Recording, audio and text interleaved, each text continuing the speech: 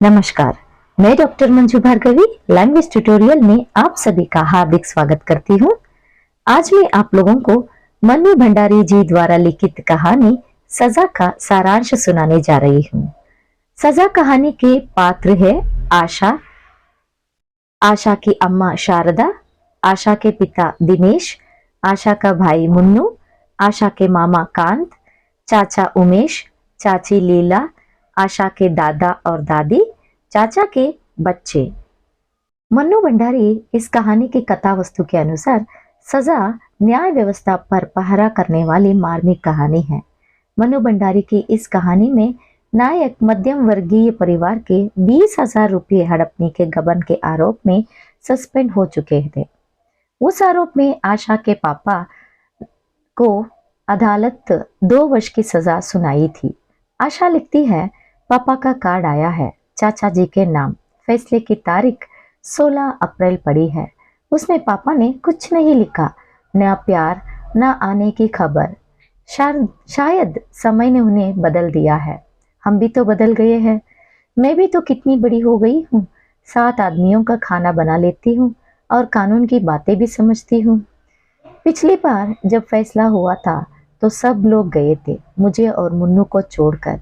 जब रात 11 बजे लौटे तो सब दुखी थे। बाबा तो अपनी हथेलियों से मुंह छुपाकर रो रहे थे क्योंकि उन्हें निर्दोष बेटे को 2 साल की सजा हो गई थी। मैं भी रोने लगी।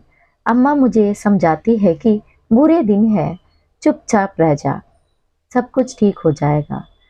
तभी आशा के कांत मामा इंग्लैंड से आ गए थे और हाई कोर्ट से अपील मंजूर करवाकर उन्हें छुड़वाने का प्रयास किया और मामला आगे उच्च न्यायालय में चलने लगा। आर्थिक विपणन के कारण पापा को मकान में रहने की व्यवस्था छोड़नी पड़ी। छोटे मुन्नू को बाबा व दादी के पास गांव भेज दिया गया। वे सोचते हैं कि अब पापा उन्हें प्यार नहीं करेंगे, लेकिन झूठे आरोप से लज्जित होने के कारण पापा बुरी तरह टूट गए थे। उनका सारा व्यक्तित्व ही गुमसुम हो गया था। आशा सब कुछ सहन करने के लिए तैयार है। वह केवल इतना चाहती है कि उनके पापा पहले की तरह हो जाए।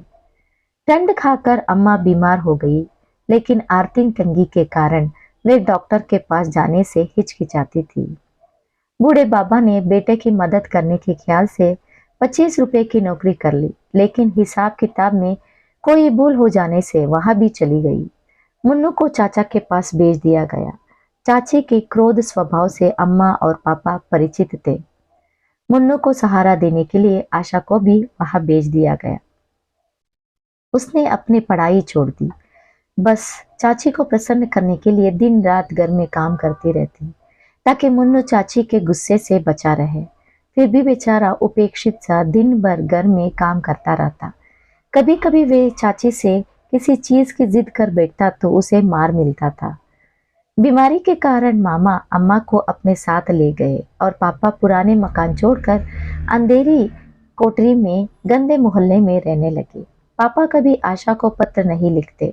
अम्मा तो कभी कभार पत्र में 2-4 पंक्तियां लिख लेती थी। आशा लिखती है कि चाचा पर तो मेरा हक है, वो सारी दुनिया से सबसे ज्यादा मुझे प्यार करते हैं।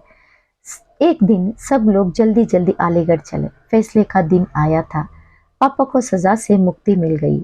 सभी को आनंद के साथ थोड़ा सत्य को अपनाने में समय लगा, पर पापा को कुछ भी असर नहीं था, कारण इन दिनों वे बहुत कुछ सजा भुगत चुके थे।